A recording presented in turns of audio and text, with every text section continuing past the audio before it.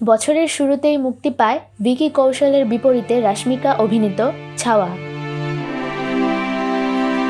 ফেব্রুয়ারিতে মুক্তিপ্রাপ্ত এই ছবিটির বাজেট ছিল প্রায় ১৫০ কোটি রুপি,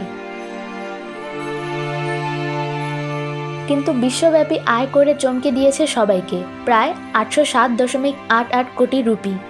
অভিনয়ের প্রশংসা পান রাশমিকা নিজেও।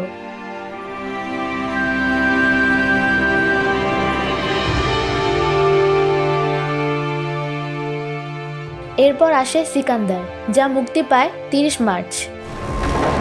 जब देखो तब किसी न किसी का मुंह तोड़कर घर चले आते हैं। ২০০ কোটি বাজেটের ছবি প্রত্যাশা পূরণে ব্যর্থ হলেও বিশ্বব্যাপী আয় করেছে ১৮৫.৫০ কোটি।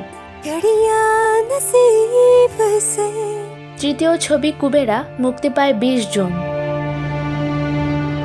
১০০ কোটি বাজেটের এই দক্ষিণী ছবিটি ভারতে আয় করে ১০৬.৫০ কোটি এবং বিশ্বব্যাপী ১৩৮.৬০ কোটি টাকা।